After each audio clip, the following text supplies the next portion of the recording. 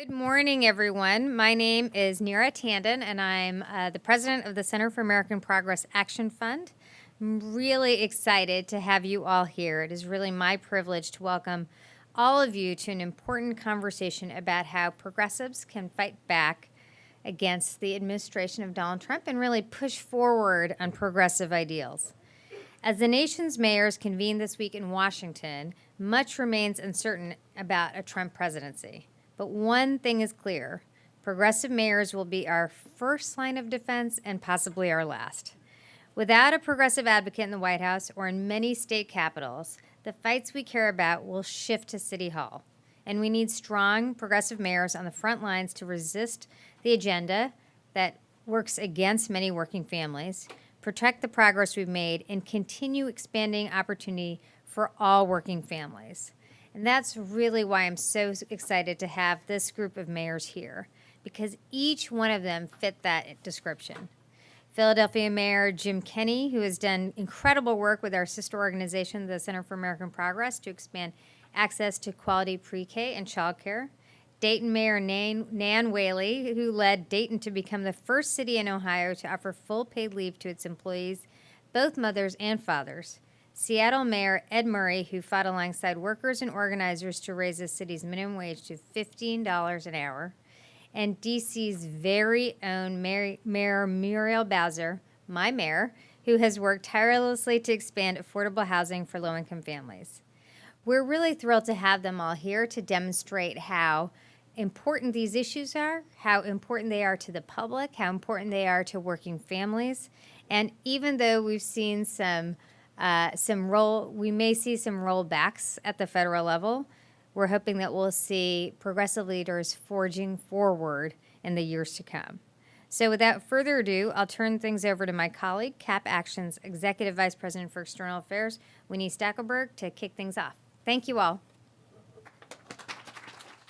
Thanks, Neera, so very much. Welcome to all of you. Thank you to the panel for joining us this morning. I thought I'd just kick things off with something a little different, share a little bit of trivia, fun fact about each of our mayors here before we get into the conversation at hand. Just to let you know that Mayor Bowser, every year since taking office, Mayor Bowser organizes and participates in a 5K race on New Year's Day to promote health and wellness in her city. A very good thing indeed. Mayor Murray, Seattle is the largest city with a gay mayor. And he's a fan of Gaelic games and has spent significant time in Ireland. Mayor Whaley, she plays in a monthly mahjong and bridge game when she has time. I don't know whether that's a lot of time these days or not so much time for mahjong and bridge. And Mayor Kenney, who actually shares something in common with the president-elect. He does his own tweeting. Just the other day, a constituent tweeted him about marijuana, I understand, in Rittenhouse Park, and the mayor replied, "Along with my liberal view of park use, please don't litter or graffiti the walls or smoke weed." Obviously, you scare my olds in my age. So with that sort of lighthearted introduction, each of you has really done tremendous things for the citizens of your city. We want to get started, build on Neera's introduction. The reality is that Donald Trump will be our next president in just a few days. This is a man who, during his campaign, has said he would take actions to harm the most vulnerable citizens and undo years of good progressive policy in our cities and much of the work that you all have led in your cities. So just to open it up, how does this new administration sort of change your outlook and change your strategy going forward? And I'm going to start with you, Mayor Whaley. Well, I mean, I think for all of us, we were surprised about the outcome of the election. So a lot of the work that we did, I think, over the past month was working with our citizens that are very concerned about what this president brings.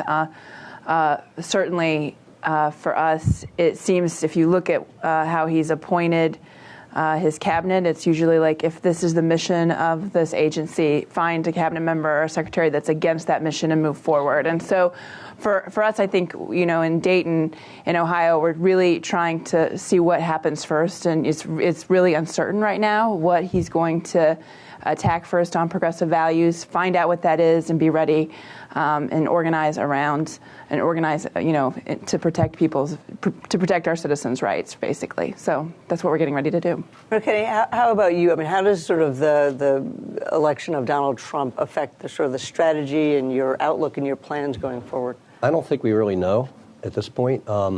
His extremism is probably our best defense. 2018 is coming. I think the people in Congress recognize that the pushback from the public, even though they voted for a more of a maverick than any John McCain would ever be, they understand that they can't just walk lockstep and vote his way every time. I think his attack on John Lewis is a perfect example of where, mainstream Republicans are like, whoa, back up, dude. Like, don't. I mean, there's certain people that are off limits to the political controversies. John Lewis is certainly one of them. So I think what happened was you see John McCain and other people say, well, calm down, dude. Relax. So I don't know how much of a voting block he's going to have when it comes to ACA elimination, and obviously they're moving in that direction. But I think the biggest thing for them is taking Obama's name off it. I mean, 26-year-olds, pre-existing conditions, that's not that bad. We're going to replace it with something better. It's going to be a case-by-case situation on sanctuary cities, on ACA, on other things that we're going to have to, and I think the best thing for us is to mobilize and fight together. Cities can be very, very effective and can very much change the conversation in America. I remember back during the apartheid years where the federal government wouldn't do anything to sanction South Africa, and then city by city, and state by state started doing that, and then finally apartheid was dismantled. So I think cities can be a major force.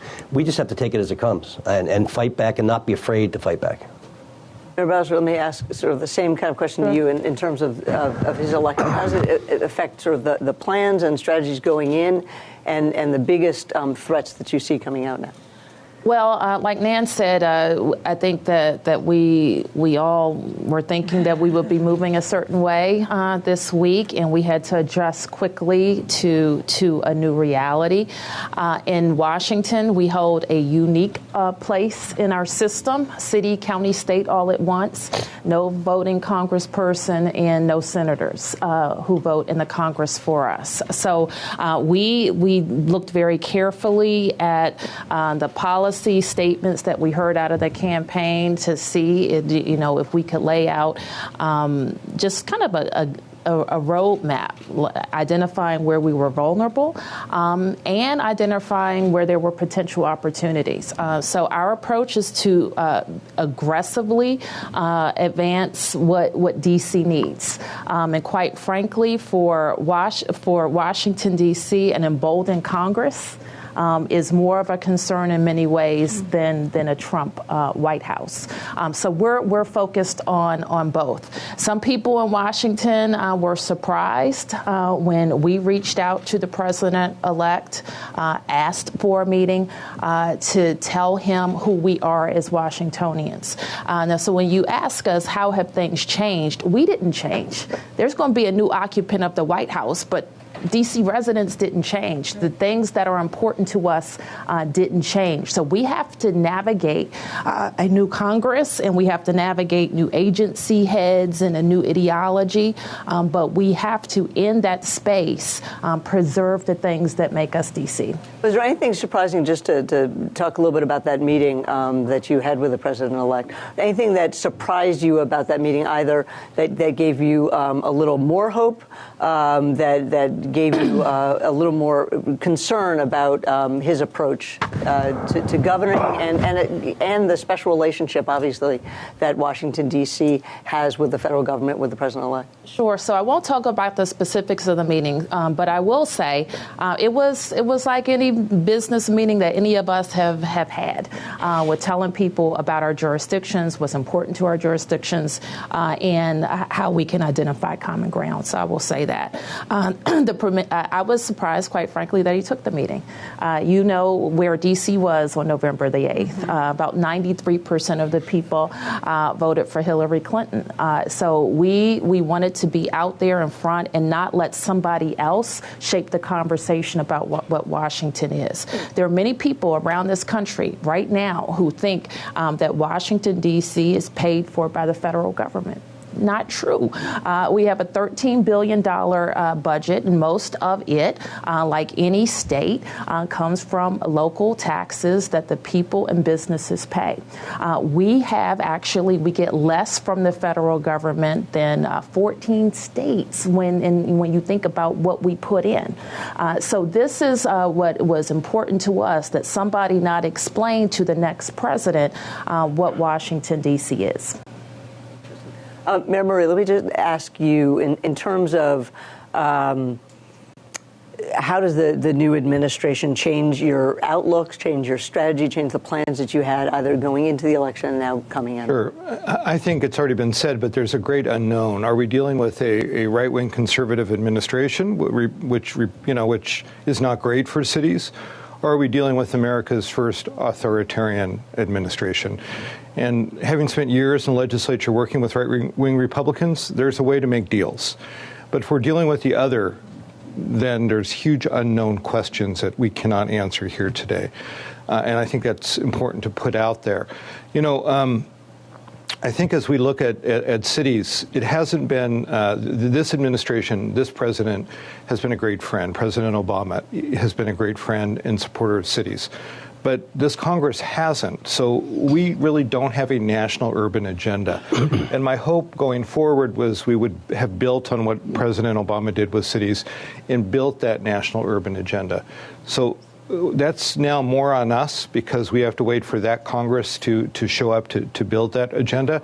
So what cities are doing is like what Seattle's done. We went out to the voters really 6 times actually, and asked to increase taxes on pre-K, on affordable housing, on infrastructure, on transit, on parks, and the voters said yes. So that's what cities can do, but at some point we have to have this discussion about when is the federal government going to partner with cities? We're in a lucky situation in our city, in our economy at this time. Not all cities are where we are at.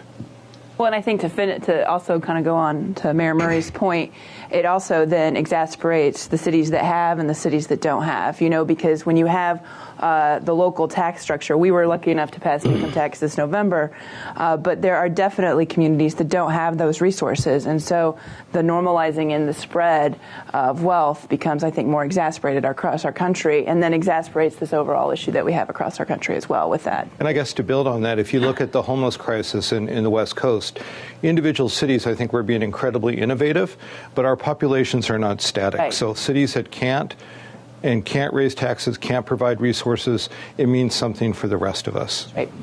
And Mayor Kennedy, you talked a little bit about sort of cities banding together. Is this an opportunity for cities to do that in terms of creating a national agenda, in terms of partnering? I think it's almost a necessity. What does that look like? We still have the courts at this point. By the end of this first term, or if hopefully it's one term, he won't be able to change the district courts as quickly as he would like. So there are still opportunities to go on sanctuary cities, for example. I have a U.S. senator, which you could borrow since you don't have one. I'll loan you. We'll one pick of our own. I'll loan you Thanks, one of ours. Usually elected officials are bragging about what they bring to their district, what they bring to the state. I have a senator who is advocating taking money away from the state in police resources and firefighting resources in order to punish us over protecting the most vulnerable people in our society when those are undocumented immigrants. We have the lowest crime rate in Philadelphia in 40 years, okay? And I have a senator advocating that somehow sanctuary cities have created a chaotic, crime-ridden mess. It just doesn't jibe with the facts. The facts are that, and we're not perfect, we have a long way to go, but we are in the lowest crime situation in 40 years, and he wants to blame, immigrants for this wave of crime that doesn't exist. So it's those kinds of things we need to fight with and fight for and fight together with. And I think that the U.S. Conference of Mayors, for example, is a perfect opportunity for us to kind of talk to each other and to come up with a common strategy. And I think the conference has had very good practice with President Obama. It's different, as Mayor Mary indicated, because President Obama turned to us because every initiative that he tried to push through was blocked by the Congress.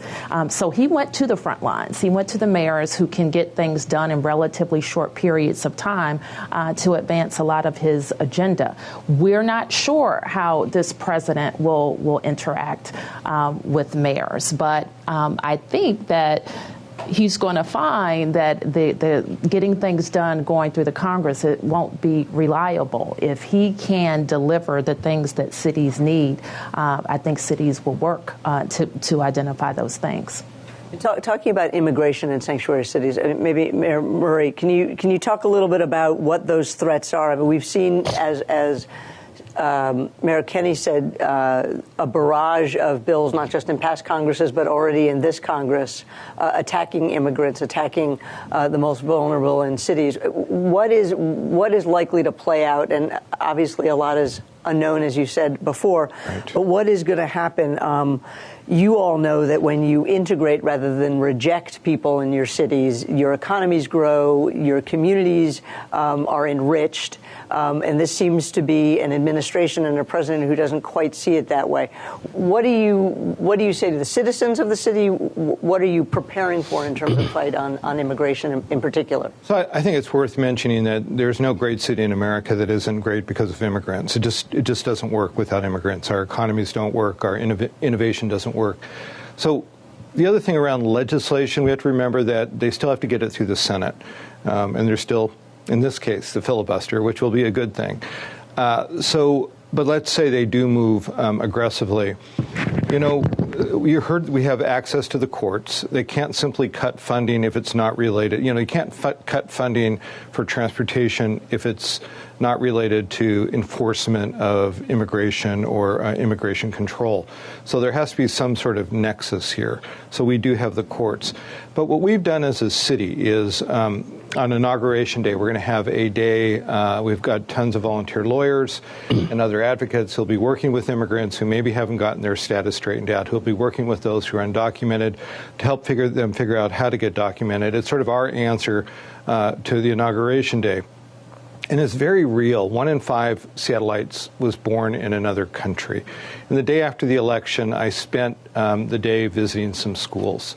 And I was in a classroom of high achiever 8th graders. And most of them were children of color, and most of those children were Latinos. And as the conversation went on and we talked about their fears, I realized a good number of them were undocumented. And they are scared out of their wits. But the fact of the matter is, they're in our city. We are going to, under the rule of law, do the things that we need to do through education, through outreach, through the courts, to keep those children and those families in our schools, in our homes, in their jobs. Mayor Bowser, what's been your experience dealing with that population here in Washington, D.C., and what conversations have you had with your staff and with those citizens and undocumented people about their fears and then your policies to address that? I think the mayor is exactly right that people are scared out of their minds and they don't know what's coming, and they want to make sure that their fellow Washingtonians will stand with them. And that is the assurance that we have tried to give them. Shortly after the election, I hosted a big teleconference for D.C. residents. I've done them before. We thought a few hundred people would sign on. We send an outgoing call out, and people can listen to our call. We put it on Facebook. We put it on our DC channel, and 5,000 people listened in to a 2-hour call, or watched us on Facebook, or watched us on our local cable television channel. And so we were talking about all the things that we could do to band together. So recently, we also made an investment, and we're going to put out a call to nonprofits who want to work with us, so that they can hire lawyers, and people in our immigrant community can go to trusted organizations that they've worked with on other issues and seek that legal advice. And and we think that many people are going to be on a pathway to either become citizens, to seek asylum, to get documents that they need to work, and we think that's going to be helpful to our city. As a mayor, you never want it to be the case where a person who lives, these are D.C. residents, they live here, their children are in school, they're part of the neighborhood, they're part of the fabric of our city, and you never want them to be scared to reach out to the government. It makes everybody less safe. That's absolutely the case. I mean, police chiefs across the country are in concert with the fact that driving immigrants underground will make their communities less safe. I mean, they're generally more likely to be victim of a crime or witness of a crime, and they're not going to call the police if they believe that the local police are an agent of the federal government looking to deport them. It's just not going to happen. I mean, I had a neighborhood when I was a council member in South Philadelphia that was all Indonesian, and they were all asylees, or they were eligible to be asylees, which means that they were chased out of the country for religious reasons and came with what they had, what they could collect and come here. But their stores were being robbed, their cars were being robbed. They wouldn't call the police because they were so afraid. So finally, the late John Timoney, who I miss dearly, he passed away last year, was police commissioner at the time. He went down and explained to them that we're not doing this. We had a regulation in the police directives that required us to, when we thought someone was an immigrant, to have contact with the federal government. In New York, it was the exact opposite, and that's where he came from, and he reversed it, which allowed this community now to flourish because they weren't afraid of the police. It's not about law and order. It's about this ideological hate of people who are different. If these immigrants, most of them people of color, were white Europeans, this would not be a conversation. Because they're brown, because they're black, because they're Asian, this is what it's about. And that's what makes it, the whole situation so obnoxious, is because it's not about public safety, it's not about what's right for the country, it's about this racist belief that people who don't look like me don't belong here. And how do you bring, I think we all here believe that absolutely to our core. I mean, the Center for American Progress is one of our defining principles. How do you bring that value, that mindset to an administration that seems to be, that has given every indication that it completely disagrees with what you're saying? He and I, in the 1840s, were the Muslims of today. Okay, because the bloody hand of the Pope was going to wreck America. 2 churches in Philadelphia in 1844 were burned to the ground by the know-nothings, the nativists, the Trump people of today, because they hated us. But we didn't go. We didn't leave. We stayed and we assimilated and we made contributions. It's the same thing. It's the same. I don't understand what it must be like to be a 18, 19-year-old Mexican kid whose parents brought them here when they were 2. Who have known nothing but America, have known nothing but English, have known nothing but our system, and 800,000 of them are eligible for deportation? I mean, it's unconscionable. It's so un-American, it's beyond description.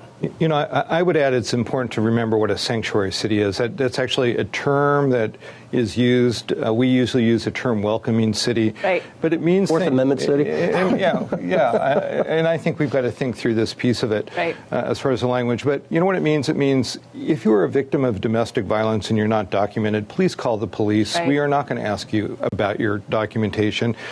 If you have a health crisis or a fire, please call the fire department. If you need city services, you're going to get those city services.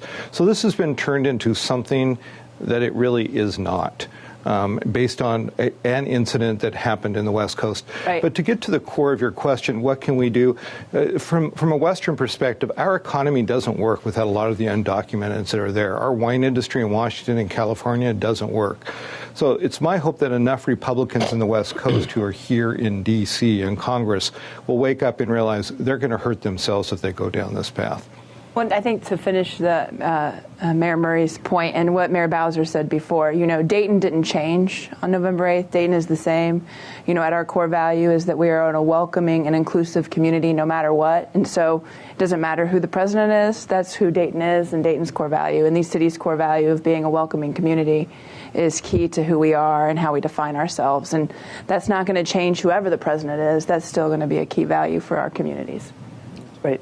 I want to shift gears a little bit and talk about the Affordable Care Act. Obviously, one of the big topics in conversation here in Washington, D.C. is attempts by Republicans to repeal the Affordable Care Act. But I think perhaps more more troubling and maybe less talked about in the national conversation is the effect that repeal would have at the local level in cities like yours. So, Mayor Bowser, let me just start with you. You recently sent a letter to Leader McCarthy about the potential impacts for D.C. residents.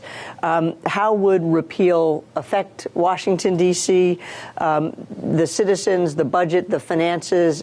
What is, I mean, it's a huge impact on this city. And how do you go about explaining that to this incoming administration? Well, we try to explain it very carefully and in a detailed way. We estimate anywhere between a $400 and $600 million impact.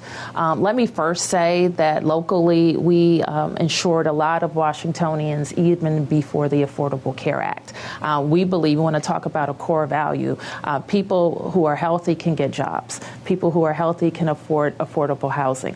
People who are healthy can spend time focused on their kids. And so we believe strongly that investments in health pay off all across the board in a city. The Affordable Care Act permitted us to extend insurance in a marketplace that we run, when we call it the DC Health Link, to uninsured childless adults. And that has changed so many people's lives in Washington that I can't imagine that if we did not have the federal support, that we would send those people out into the healthcare wilderness, and we would have to find a way to fund it locally. I think the other thing that's hard to quantify is the chaos it would cause in the marketplace, especially if there is not an immediate replacement. So I think repealing the Affordable Care Act, the rhetoric around it, if that's what it amounts to, will have very real impacts on the insurance marketplace that we can't really quantify. Can I ask Mayor Murray sort of the same question? How do you bring the voice of Seattle into this debate that seems to be more about Washington, D.C. and arcane rules about, the legislation in Congress? Well, I think the mental health piece is a classic one. If you want to deal with issues around crime, if you want to deal, and not that people with mental health issues are criminal, but if you want to deal with some of the fallouts of not paying for mental health, again, if you look at West Coast cities and the homeless crisis, there's a direct correlation. We looked at some of the numbers as far as what would happen to the jobs, hours lost for people being sick. It's pretty significant. And again, I think it's one thing to have this national ideological debate in D.C. I think as people begin to realize on the ground what's happening in cities and in towns and in rural counties, I think this conversation could change. So it's up to us to tell that story. For us, particularly when it comes to mental health and addiction, it would be pretty devastating.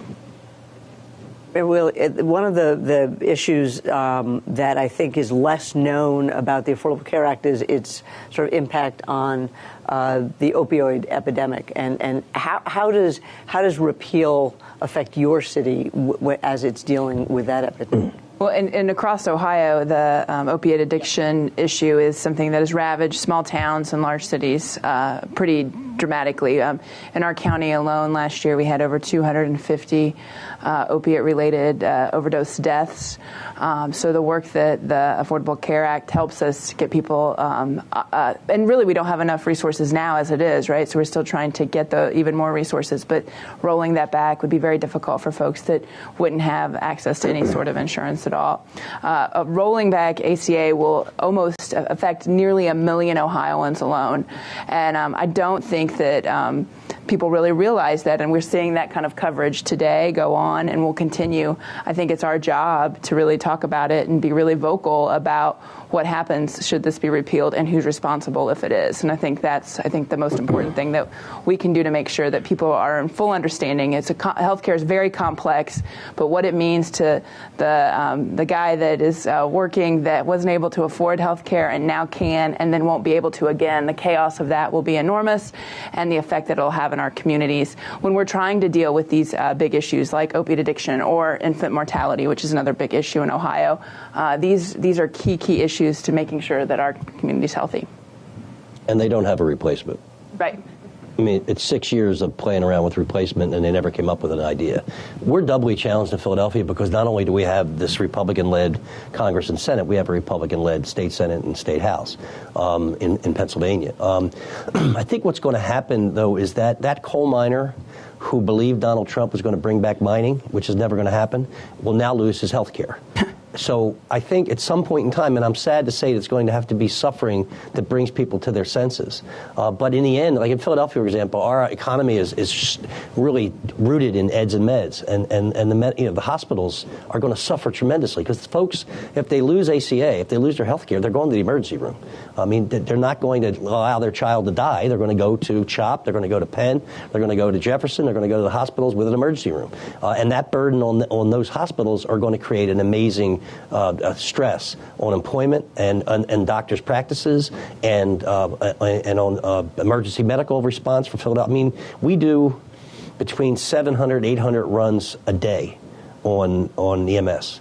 That could double without affordable care. So, I mean, and in the opioid crisis, we had 900 overdoses last year, 3 times the homicide rate. And we're working with a number of partners to try to address that. But without that ACA and without a Medicaid expansion, Right. It's almost impossible. Well, and I'm hoping we don't have to have people suffer. I mean, I think one of our goals is to really educate people on what could happen. And, I think that's one of the successes, frankly, they had in defining this issue that's been so helpful to millions of Americans. And, as we really go and say, this is what this means to you and to your family on a very direct level, I'm hoping people will wake up before that happens because it's so important to our communities and such a valuable asset for our cities. When you talk about hospitals, are you seeing them willing to engage in a discussion? Yes, absolutely. We had a big rally yesterday, Need that. Sunday or Monday, I forget. But we had a large rally up at Temple Hospital in North Philadelphia. The medical community is seriously concerned about what might happen. This real thing that irks me the most, this is about dismantling Obama's legacy. This is not about practicality. This is not about what's right. This is about this is this man's signature achievement, and we're going to dismantle him. And that's what it comes down to. And that's when I, in my own friends that I'm kind of friendly with, not as much as I used to be, who tout the Trump line all the time. I say, you just don't get it. And when you get it, you will, because it'll affect you in some way or another. It's like everybody wants what they's coming to them, but they don't want anybody else to have anything. So when they start feeling the cuts, when they start feeling the change in their lives, hopefully by 2018 we can take one or both of the houses back. And the thing is, pre-existing conditions don't only exist with Democrats. So pre-existing conditions are across the board. They're in urban centers, they're in rural areas, and these are real Americans who have illnesses. And if they lose their insurance, they won't be able to afford to buy in a high-risk pool. They won't. And so that's the bottom line. If you have a pre-existing condition, you lose your insurance, unless you're very wealthy, you will be spending every bit of your money trying to get insurance. And so what people will do, because nobody is going to buy insurance for themselves, and their child can't have a new outfit for school, or their child won't be able to have a decent meal every night. We know what happens when people have that choice. They don't buy insurance, they don't live as long, and they cannot have the fair shot that our nation promises.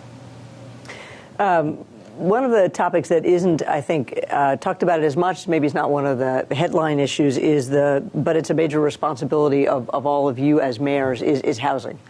And sort of Ben Carson has said that he's not only unprepared to run the Department of Housing and Urban Development, that's the agency, his own words, but he's going to be, at the helm of this agency, if he's confirmed, that runs critical programs and funding that mayors depend on, that your citizens depend on, to provide fair and affordable housing for your residents. You need to combat homelessness and other things as well. What could happen in your cities if, in fact, Ben Carson or this administration slashes funding, privatizes public housing, or puts new and unfair requirements on recipients of federal assistance. And then if you'd also talk a little bit about sort of the homelessness crisis as it affects your city in the context of this administration, the challenges you face. I'm looking at you, Mayor Murray. You and I have had this conversation in the past. We could spend an hour just on this. I think one of the places where progressives fell down in the last campaign, and everyone fell down, is the issue of housing affordability. There isn't a county in this country that doesn't have a housing affordability crisis. It is this massive issue that basically, I believe, we're asleep at the switch, the political switch on. And if you look at the last time housing was so unaffordable in this nation, it was really post-World War II. And it was an aggressive federal government with a different way of dealing with housing that created the most affordable housing stock in the history of our country. So obviously that's not going to happen. So it really is going to be about cities and other jurisdictions coming up with methodologies to supply affordable housing. And by the way, again, I want to emphasize this is a crisis in rural America, not just urban America.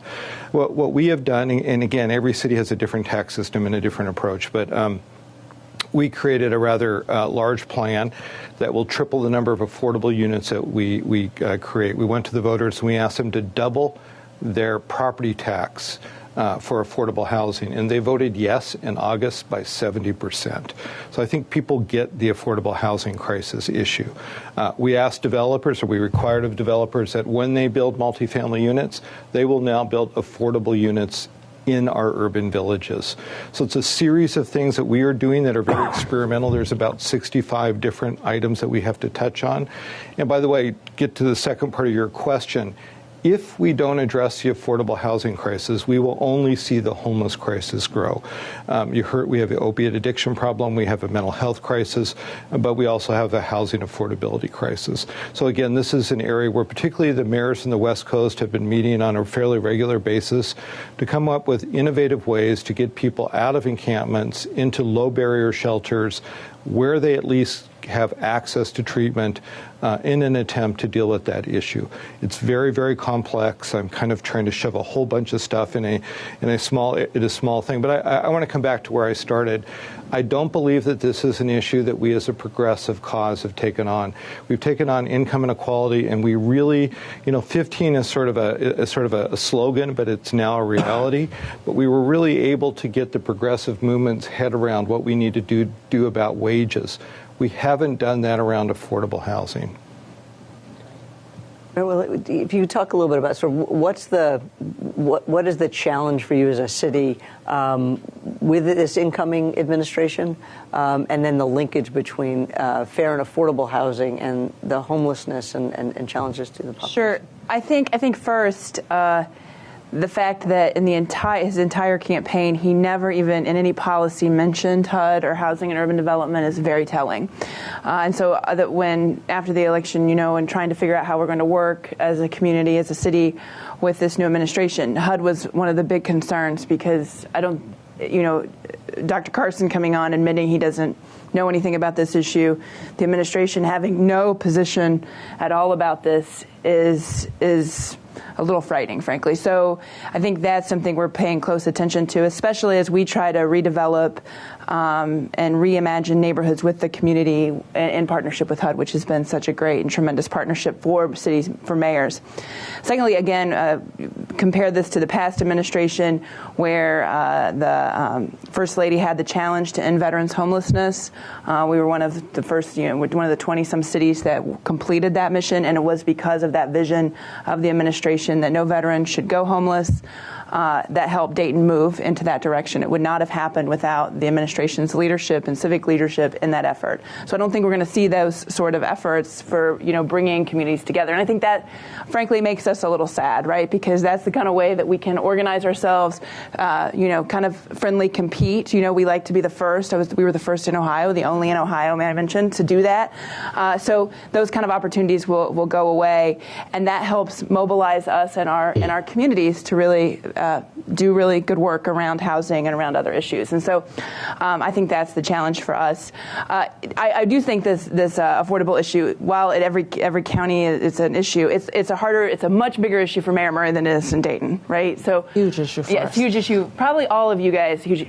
Not something that is talked about a lot in Ohio, to be honest. The excess of housing seems to be the discussion in Ohio a lot, which is a little different than some of the bigger cities. So having a HUD director and a HUD organization that gets that is really important, and I don't think we're going to see that in this administration, which is a challenge. And I think one thing that there's not a lot of talk about, and one thing that I think they are going to get done are significant tax changes, and the corporate tax changes are going to have an impact on the value of the low-income tax credits that cities like us go to the market and help fund affordable housing projects. So we are committed each and every year to $100 million that we're taking locally, we raise locally, and we put into gap financing for affordable housing projects. It's the most we've ever spent in the district financing affordable housing. But we could see that effort diminished if those tax credits are worth less.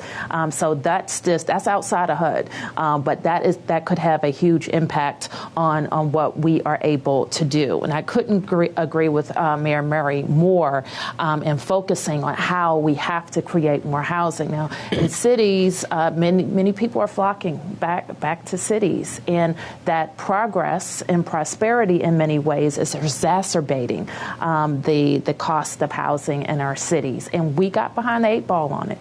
So we're pushing to, and all of us are going to want people to come to our cities and invest in making them wonderful places to live. But for the people who earn less, we have actually seen them lose progress. And so that's what we have to stay focused on. And we're seeing that tax credit issue right now. I mean, that's happening right now, just from the change in the administration and the cost. And I think it's worth mentioning that HUD over the last 30 years has lost half of its federal funding. So it's not like we are in a great place to begin with. Right.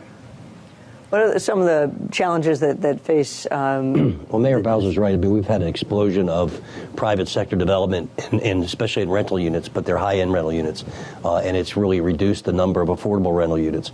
We've tried to incentivize developers by giving them more, through zoning code, giving them more space, more height, more square footage in an effort for them to include inclusionary housing in their developments, and that's been somewhat successful. And I do agree the private sector investment is going to have to be the place we go to if we do get some improved tax situation to fund these projects. We also have a large number of properties in our portfolio that we own as a city that are either empty or dilapidated.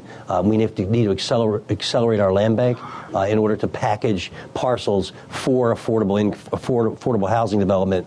And we have a lot of affordable housing developers in the city, and what we can bring to the table in the way of resources and capital is land, and we have vast swaths of land that we could dispose of through the affordable housing construction.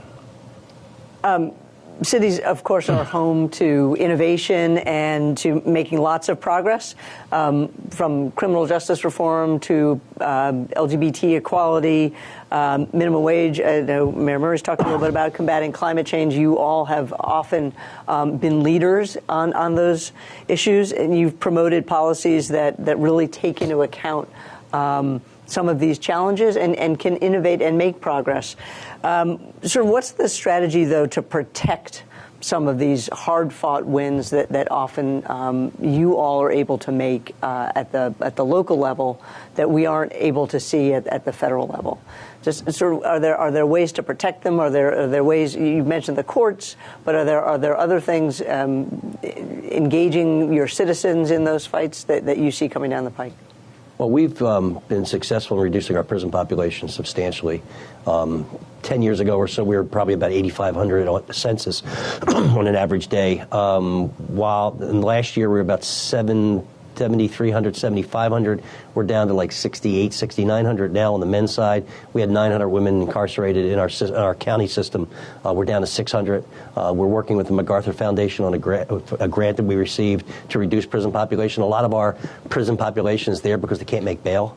which is like kind of stupid when you think about $130, $40 a day to keep a guy there when we could pay his bail and have him out. It's about $40,000 a year to keep a person incarcerated in Philadelphia, which is a wonderful tuition payment to a university. We could be spending our money differently. We've decriminalized some marijuana possession, for example. We've decriminalized disorderly conduct stuff, people that would get folks into the criminal justice system and it's not like they're de minimis crimes, but you carry that arrest record with you forever. So the young, and we have, for example, we had 4,200 people arrested before we decriminalized the possession of marijuana on average a year. We're down to about 600, 700. That's too many still. But most of those folks, 83%, were people of color who now have a criminal record, an arrest record that they can't. I mean, it's just like carrying a piano on your back, try to get a job when you have an arrest record. So I don't think that really will affect us unless, the Justice Department decides that they're going to, stop these progressive things that we're doing. I don't know what motivation they would have to stop us from reducing our prison population or for decriminalizing certain former offenses that were criminal before. So we're just going to continue moving forward until some judge tells us to stop. So Seattle, when I became mayor, was under a consent decree. And my greatest concern, and maybe my greatest concern of anything about the incoming administration, is the issue of race and policing. Because of that consent decree, our police force is going through a process about what's the right level of force to use, bias police training. It is really changing how they police in the community. And the number of incidents involving the public and use of force in the police has dropped dramatically. My greatest concern is that the next Justice Department will walk into federal courts and basically say all these cities are in compliance before they're in compliance. That is not a good thing for police forces. It's not a good thing for our communities of color. I think it will set back some of the progress we've made under this administration significantly. So it's one of those things that, again, I think we haven't talked enough about, but I think could become the real flashpoint between this administration and our cities, and that's around the issue of, of race and policing. Just on a side, if you want to see a difference in your criminal justice system, come visit a city that has a legal, regulated marijuana market, and you will see a dramatic difference in who gets arrested. We're very concerned about it. And if you asked us earlier about constituencies who are really anxious, and I think that so many people in Washington who have been fighting for a fair criminal justice system are very anxious about an incoming attorney general who would be aggressive to communities like ours. And we have made so much progress with police and community relations in Washington, D.C. I'm born and raised here, and the difference between how the community feels about its police force now and when I was growing up in D.C. is so changed, and we don't want to lose that progress. We have done a lot to get rid of what we call the nuisance offenses that put police and communities in conflict. We've seen similar reductions in arrests around marijuana. We do need to get around, and many of you will know we're in a predicament with the Congress, who is prohibiting us from legislating around the regulation of marijuana. That's untenable in Washington, and it needs to change. So that is something for us all to be very focused on. But there's the enforcement side of criminal justice, and there's the opportunity side. And I actually think that we all need to focus on the opportunity side. No matter what crime a person has committed, the vast majority of them are coming home to our communities. And we need to figure out how they can be employed. And it is not just a matter of us saying training, although we have a responsibility to make sure people are trained, but we also have to make sure that the laws and policies don't block them from getting jobs. And so I think second chance employment is going to be one of the most important things that we can do from a HUD perspective, from a criminal justice perspective at justice, but also at labor. Do you get any sense from Congress or the incoming administration that criminal justice reform might be a place where you all as mayors can partner with, again, the Congress, who some have sent signals that they're willing to work on a bipartisan basis, or with the incoming administration, whether it's the Department of Justice or the White House itself? Well, I mean, I watched that confirmation hearing. Didn't give me much hope when he's talking about, he believes that the police officers are 10% more, being killed because of lax policies on stop and frisk and other kinds of things. I mean, we're never going to end. Stop and frisk is never going to go away because there's a need to investigate crime, and we've reduced our what we call our constitutional pedestrian stops. We've reduced the number of stops, but we've made them more constitutional because we probably have the best or most comprehensive reporting requirement in any city. All of our officers are required to write a narrative as to why they stopped the person, why they patted the person down, and that is then turned over to a supervisor up the line, and everyone reviews it. We've actually had third-year law students from Temple University that were reviewing them also, and we were under a civil suit from the ACLU before I got in office in federal court about the amount of and the quality of pedestrian stops. We've cut them down substantially and increased the constitutionality of it. The issue for us is that you need to talk to people. You need to explain to them why you're taking certain action. So if you had a report of a crime, an armed robbery 5 minutes ago, and there's a description of the person, they had a gun, and you stop a young man who fits that description, and it's not that person, you need to explain to them. We just had 5 minutes ago, we had somebody with a gun. We're really sorry. We're sorry for your inconvenience. The worst thing you can do to say to a young person is, "What are you doing here?" And they say, "What are you doing here?" I mean, it's like, and then it devolves from there. So there's got to be a level, I think, of respect, and we're doing that through training. We're doing that through recruitment to try to get our police force increasingly more looking like the community that they're policing. When I was growing up in the 60s and 70s, I mean, every cop looked like me, and no matter what neighborhood they were in, and they were all male. So, I mean, things have changed over the years, but we still need to make progress going forward. And I don't see them standing in the way of that. I mean, they need to have a good example, a good reason for why they would turn around our reforms. Well, one thing I know that they're standing in the way of, and I'm sure I'll get a lot of people following me and saying nasty things about me on Twitter when I say this, but right. It's guns. It's illegal guns. Please. So the Congress has just washed its hands of common sense gun regulation. And if you want to talk about making cities safer, and I can for sure speak on behalf of this kind of I-95 corridor on the East Coast, is do something about illegal guns. Can I reiterate a point here? I actually think that the new Justice Department can do damage to us. If they pull out of the consent decrees that some cities are already under, that is going to undermine our efforts on policing and race. If there are other incidents like in Ferguson and the Justice Department just stands down, we're going to have disruptions, we're going to have tensions, we're going to have protests, we're going to have a mistrust of cities in general and police departments in general. So if they stand down, they can do us serious damage. So this is one of those areas where we as cities are going to have to step up and organize ourselves in a very different way around policing. And I don't mean to bang on this point, but I do think it is the most troubling thing that I've heard coming at us from the next administration. I guess, though, it's because when you're a city that's progressive and you do these things on your own, when you reform police regulations, when you reform hiring, reform recruitment, reform discipline. I mean, one of the things we have on the pedestrian stops is progressive discipline. If you're an officer that's stopping people, on a regular basis for no reason whatsoever, you're going to be disciplined. Before this administration, that was not the case. You couldn't discipline an officer. We've got that agreement with the FOP. So I think that if you're Ferguson and you have a police force that's been acting that way for generations, maybe you're not going to change. So I think that's true, but every time a Ferguson-type incident happens, it lights up my city. I agree. And it is not disconnected. It builds mistrust even in a department like mine that's making progress. Well, I think that's a really valid point to what you're saying. I hadn't really thought of that, but the cities that are under consent decree, Cleveland's one, for example, that also has one.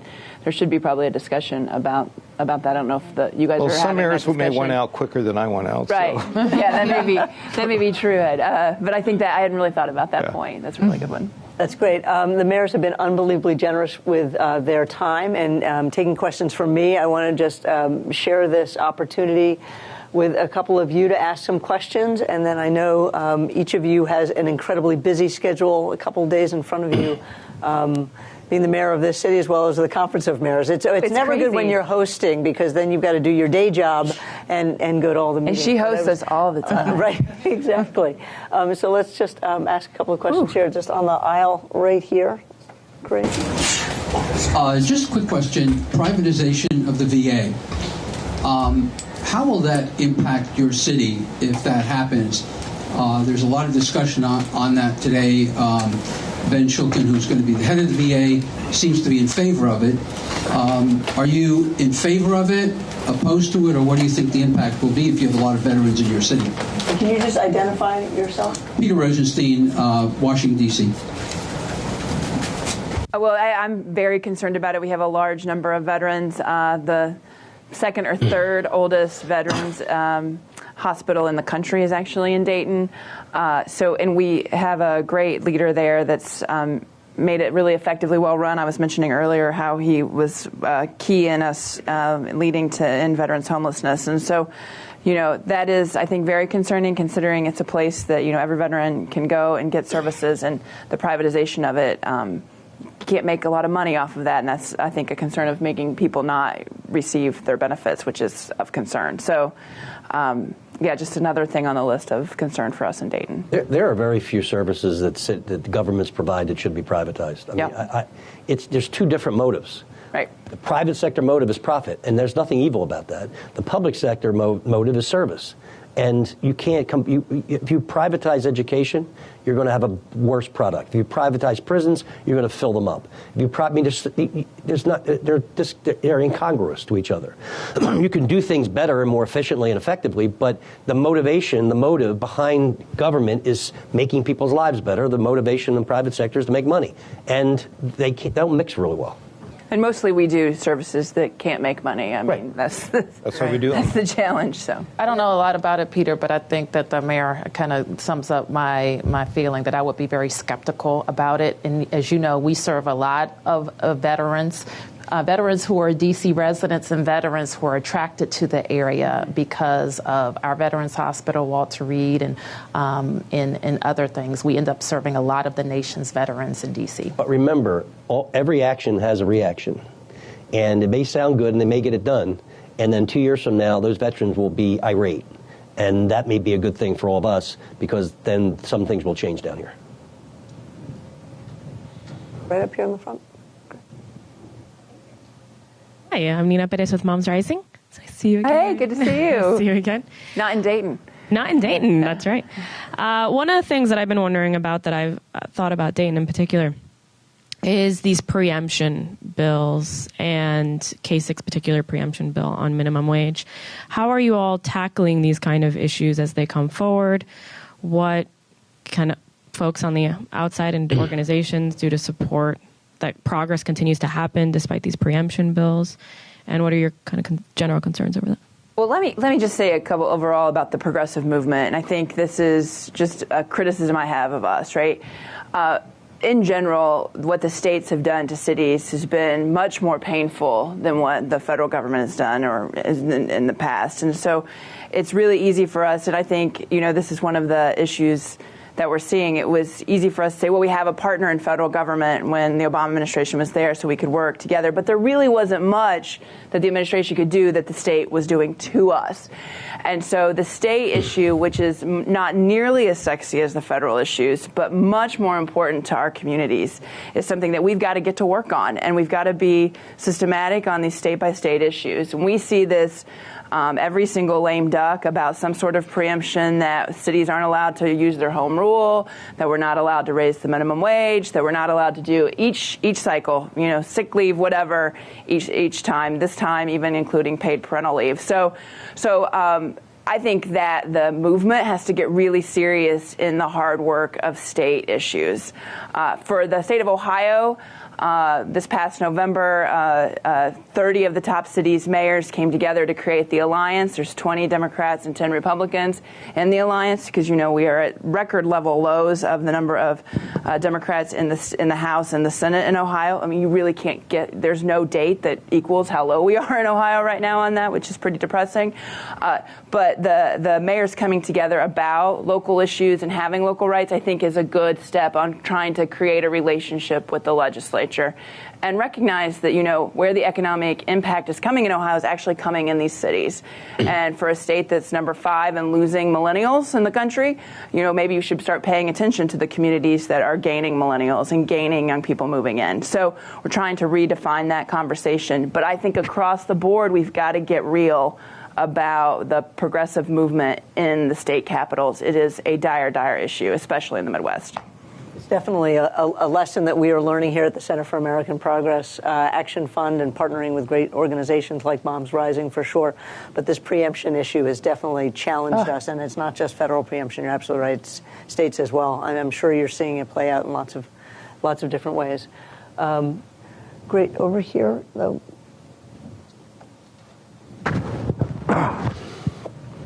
Hi, thank you so much for your time today. My name is Sapna Pandya. I'm from D.C. Many Languages, One Voice is the nonprofit that I run, and we were among the organizations that have been working with Mayor Bowser to approach her and her administration to come up with more sustainable solutions. So we really applaud the Immigrant Defense Legal Fund, and we're happy to see that as a step forward towards what needs to be done in D.C. To really protect our communities. But I was curious about a couple other steps that we have tried to propose, and I wanted to give everybody a chance to actually comment on some of these more sustainable steps, and you can feel free to talk about any one of these. We were just talking about police. I guess I was curious if you could talk a little bit more about specifically how we ensure that local police does not act as immigration enforcement, and specifically in D.C., for example. If a student has 3 misdemeanors, then there's automatically a detainer put out on that student. And so that's one way in which sort of the over-policing and criminalization of our young people of color can turn into a really bad situation for young persons. So how are your various cities working to make sure that local police are not continuing to engage as immigration enforcement, not collecting data, declining detainer requests, such as the one I just mentioned, and obviously also not continuing to engage in brutality and violence against unarmed people. Here in D.C., we're still awaiting justice for Terrence Sterling, who was murdered by the police. Recently, several months ago, so on Christmas actually, and so that's one big area. The other is around replacing local funds that may be lost. So we're all talking about sanctuary, about welcoming city, whatever word we want to use, but in the threat of actually losing funding, I know you mentioned that it has to be linked to somehow immigration enforcement. What are you all doing in your cities to ensure that the safety net programs that need to continue are going to continue even in the threat of the feds taking that money away? So that's number 2.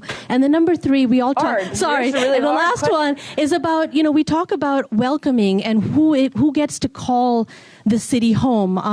My family immigrated here in the 50s. This is definitely a city that is my home, but I don't feel that right now because of the ways in which there are continued redefinition of who belongs and who doesn't. So in DC, we have 2 different licenses, one that is marked and one that is unmarked. So a very simple request would be to make sure that we have one license for everybody, and other cities have done that around the country. I don't think any of yours, but just as a solution to make sure that we protect immigrant communities. There's one license that doesn't say not for federal purposes. I'm willing to take the police issue. Yeah. So on the police, those are 3 ways, through very concrete, sort of sustainable ways to protect our communities. So, on the police issue, first of all, it's the policy of the city that our police not engage in that behavior. In regards to immigrant communities, not cooperate with the federal government. Our chief of police, Kathleen O'Toole, will be here in D.C. this week to talk about how she trains her police force to make sure that that doesn't happen. So first of all, it's the policy of the city. We're giving the officers the training that they need to be sure that they enforce the policy of the city.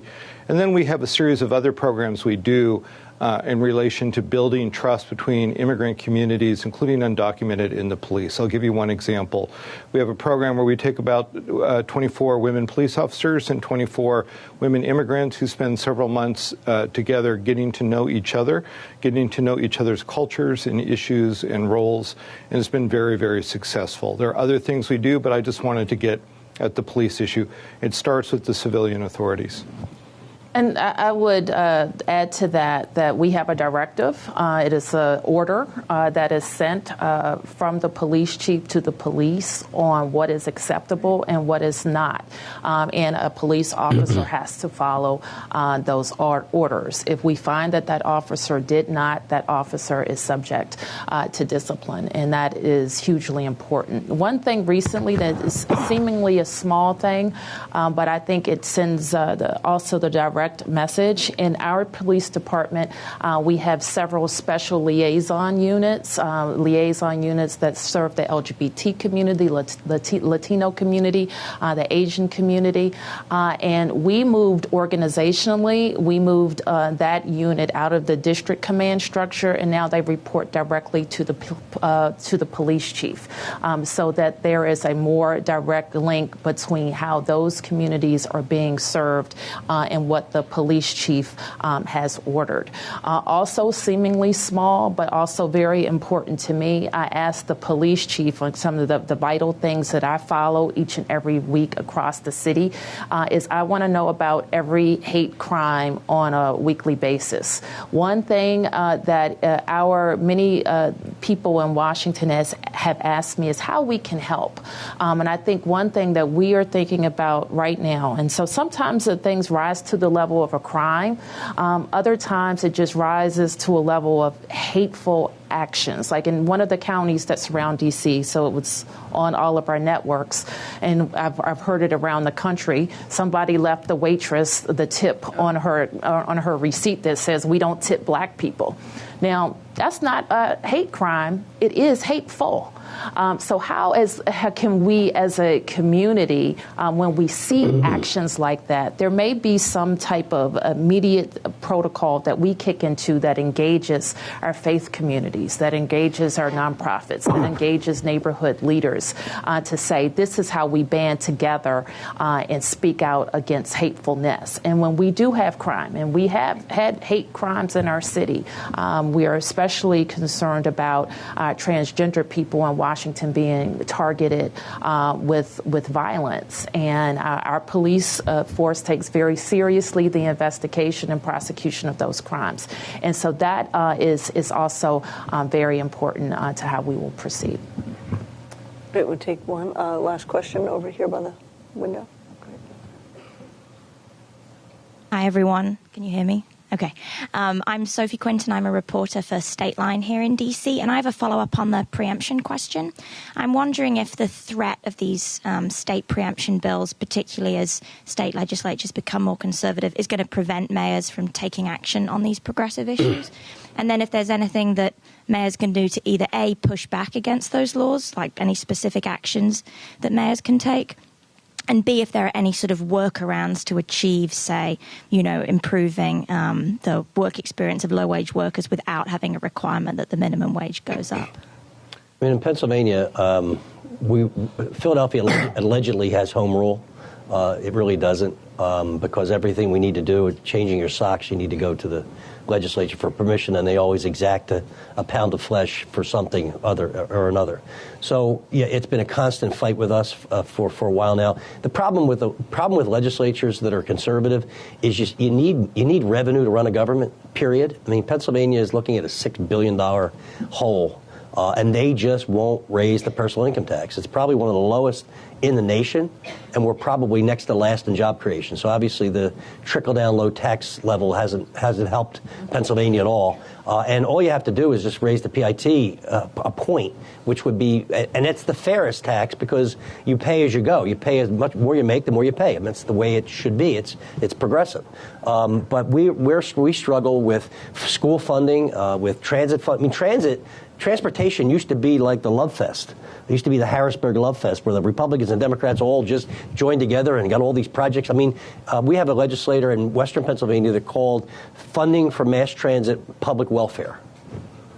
So I mean, we got a regional rail system where a lot of rich people come into work in Philadelphia every day. There's no welfare recipients on regional rail coming into Philadelphia to work. But he wouldn't have a road paved in his district if it weren't for the southeast part of the state providing all the revenue. I wish they would just leave us alone. Let us collect whatever we collect that goes to remit to the state. Just let us keep it and leave us alone.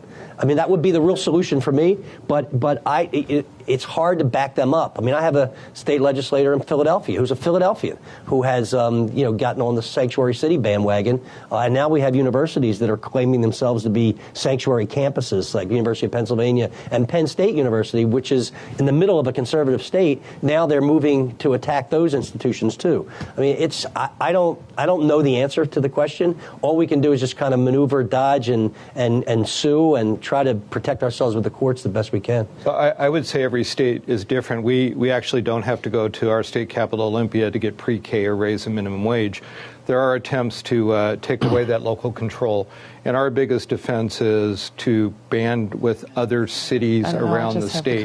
Because it's one thing to pick on Seattle, but when other cities start to look at their authority, whether they're a small town or a suburban city, that generally slows down the Republicans who control our Senate. Right. I think that's been our strategy in Ohio as well. You can tell how exasperated we get about the state legislature. I was one for 18 years, so.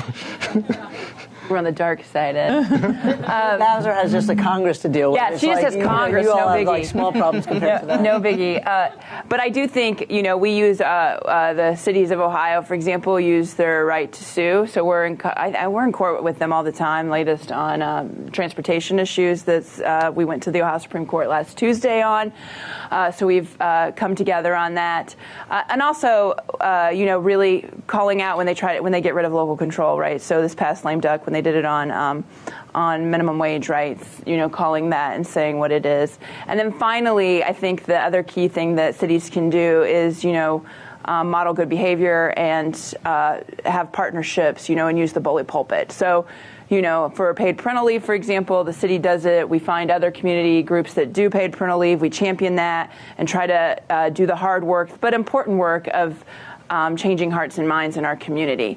And I think that is really the role that mayors can really play. It takes a lot of work, but it's a great way to lead communities so then state legislatures can see that, we're not some crazy people from urban centers. I also want to say that in Ohio, the people that are most frustrated with the state legislature are the Republican mayors. I mean, they can be way more worked up. The Democratic mayors kind of expect it, but the Republican mayors are very, very upset because of this loss of local control, the lack of dollars coming back to their community, and the tax shift that's going on in Ohio, much like most of the Midwestern states.